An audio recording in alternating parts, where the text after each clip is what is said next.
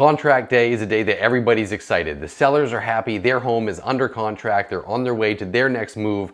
The buyers just found their dream house, they're under contract, they're getting ready to go. But now that you're under contract, there's still a little bit of ways to go before you get to the closing table, and there's a lot of ways that this deal could get derailed. Today, I'm gonna bring you through a real live example of a contract that I recently closed and go through some examples of some actual things that can go wrong and how your deal could get derailed and what it takes to keep it on track. Stick around, you're not gonna wanna miss this one. Hey everybody, welcome back to the channel. It is Central Maine's realtor, Nick Isgro with eXp Realty. And as I just stated at the beginning, today I'm going through a real live example. This is a contract that I recently closed.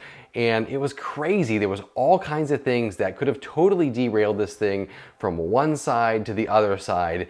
And had not everybody kept their heads level, including the agents and the buyers and sellers, everybody involved, that this thing could have totally gone south. And it's one that, frankly, in a lot of cases, in some of these instances, it would have gone south if not for the parties involved. I want to break it down so you can see what it takes, because everybody thinks when you get into the deal, it's going to go perfectly smooth, everything goes great. That's not always how it happens, but it doesn't mean you have to lose the deal. It doesn't mean you have to stop in your tracks and start looking somewhere else. So stick around, you're not going to want to miss that. Now, before I get into any of that, I want to welcome you here to the channel. If you've never been here before, we cover all things real estate here in the state of Maine, but particularly right here in the Central Maine market. Now, if that is of interest to you or adds value to your process in the buying and selling of homes, maybe you're just interested in real estate, do me a favor, go ahead and like this video, hit subscribe, knock that little alarm bell. You'll be notified every time I put out new content. All right, so let's jump right in at the top. We get this home under contract,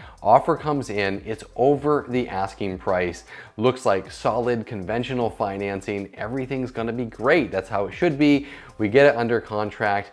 What happens next? Well, the first thing that happens is this. The pipes blew in the house. What does that mean if you're not living in some place where it gets freezing cold? We had a weekend back in February where temperatures here in Maine actually hit 40 below zero. Not a time to have a heating malfunction. And what happened was the seller actually stopped by on a weekend, sent me photos of ice in the toilets. That means that all of the lines that had water in the house were frozen solid. Now, fortunately, we found it while it was still frozen. Unfortunately, we had literally just gone under contract within a couple of days before. So I had to actually call the agent on the other side and say, hey, listen, here's the deal. Every pipe in that house is frozen. There's cracks all through the pipes. Fortunately, on our side, we were able to say there was really no water damage because we got it while it was frozen.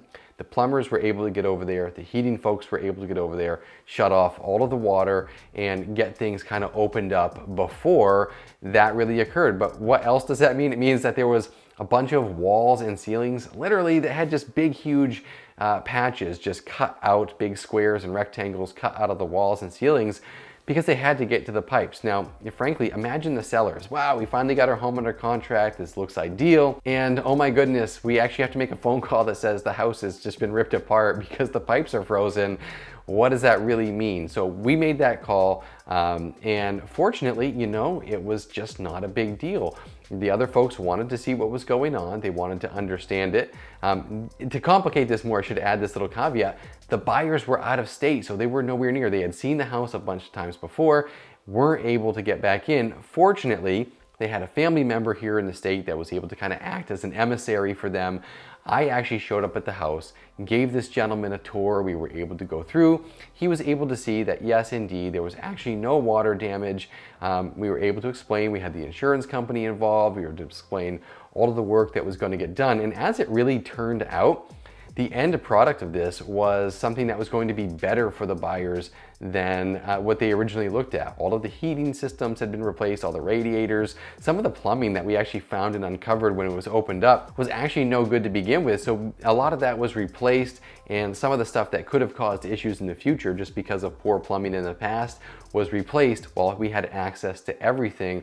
A lot of new sheetrock and drywalling, things like that. So it all worked out on that end, and believe it or not, right up to the original closing date, March 17th, right up to the original closing date, this thing was going to be on track. The work got done.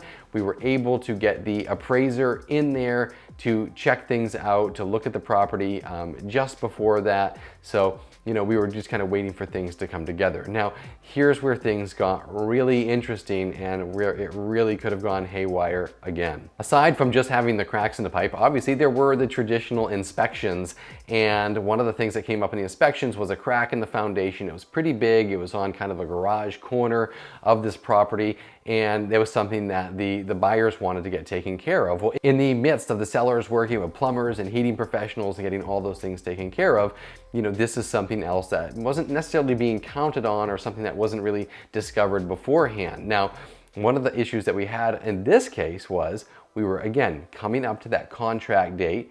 We were extending the inspection period so they could get quotes on the other side, but the buyers were out of state, and in this case, they were actually fairly non-responsive in some ways. They had a lot of family issues going on. There was no malicious intent. They just had some family emergencies.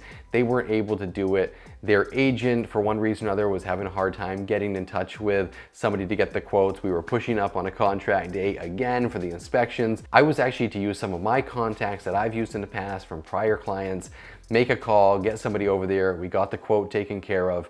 And why am I bringing this up? Because sometimes it's a matter of everybody working together as a team. It wasn't really the seller's job to get that quote on the work. It was the buyer's job. The way that the original extension addendum was written, they were going to go out and get a quote and propose to us what they wanted for an amount off of the sale price based off that quote, because there wasn't going to be time to get it done prior to closing, particularly with the snow and the ice and the fact that it was foundation work. It wasn't necessarily my job as the selling agent to get that quote either, but this is just where, you know, when everybody is working together for the common goal, everybody's trying to get this thing closed, everybody is in on the agreement that the buyers are looking to buy this property, they want the property, the sellers want to sell the property, they have the proper intent.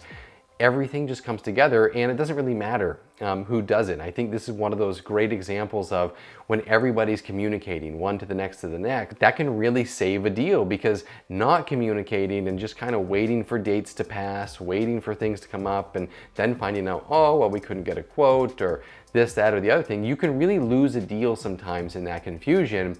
And so this is, I was talking to the sellers a ton, the other agent was talking to the buyers, me and the other agent were talking a lot together, and between all of that communication, we were able to get this, you know, fairly simple thing that could have turned out to be a lot more important in ruining a deal, taken care of, and keeping this deal on track to move forward. The next thing I want to talk about that seems fairly straightforward, but to give you an example of something that's not always straightforward, is actually the appraisal.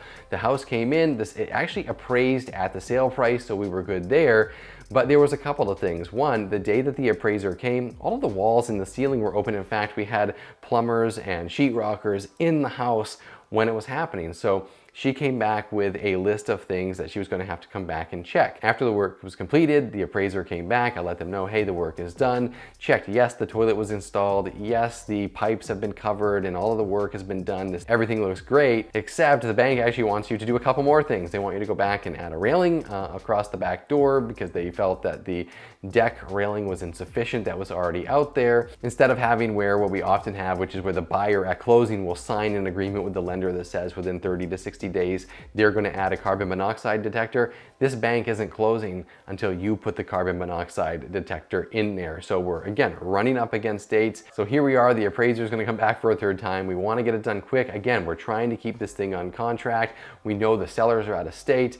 And in fact, one of the things we'll get into in a little bit is they were working with a California lender that was not a lender I would probably ever recommend anybody use ever again, because it was just a crazy process on that end. Not what we are used to dealing with some of our more well-known lenders, especially our local lenders right here in Central Maine. But regardless, I talked to one of the sellers. She went out and got the carbon monoxide detector. I actually brought a saw and some deck screws and a drill and was able to cut some wood and get the railing on the back deck myself. Luckily, it was a beautiful day. But these are just things that sometimes get crazy, but we get involved because we want to make sure. Now imagine if we had just kind of left it up into the wind, this could have taken forever. Or if we had just said, hey, we could have caused a fight. You know, imagine if the sellers were like, hey, we're not doing that. We didn't expect to do that. It wasn't part of the deal. These are all things that come together in order to make it happen. Now let's talk about this lender that was out in California, because this is where things got really crazy. We're now beyond the original closing date. We've extended several weeks, in fact, with the appraisal stuff, with this bank just not getting to the clear to close. They kept asking for more documents. And then we got this thing where the buyer came in. Originally, the contract was in the buyer's name. They were then told by their funding institution it had to go into one of their LLCs. So we changed all the contract work, got it into the LLC. We get to the end. We're now pushing up against 3 weeks, maybe past the original contract date. We're ready to close. There's actually a closer on their way to Waterville, Maine, and ready to get this thing signed by my clients. This stuff's already been mailed away to the out-of-state buyers so that they could get their paperwork signed. And we get a hold up from the bank, last minute call on a Friday afternoon saying, sorry, we're not closing today. It has to go back into the individual's name. Yeah, so now we need another extension signed. So that goes through, we make the rounds to another extension. And this happened like 2 more times. So back into the individual's name, back into the LLC's name. And it was one of those things where we were really just at the mercy of the lender with all parties trying to make this happen. To finally get this over the finish line, because it was so late, it had to get emailed to the buyer. They had to print it out, drive to get to a notary, and get it in the mail themselves. It wasn't like it just came with a normal mail away package because we were so late in the process and the documents had been changed so many times. Then we finally get frustratingly to this last minute close, and what happens? The package that came back from the buyer, it was double-sided and it was only signed on one side of each paper. So we had to then go like 2 more days, get this package resent. They were up against a wall, by the way, on their rate lock from the lender to get this thing done. Ultimately, this thing all came together.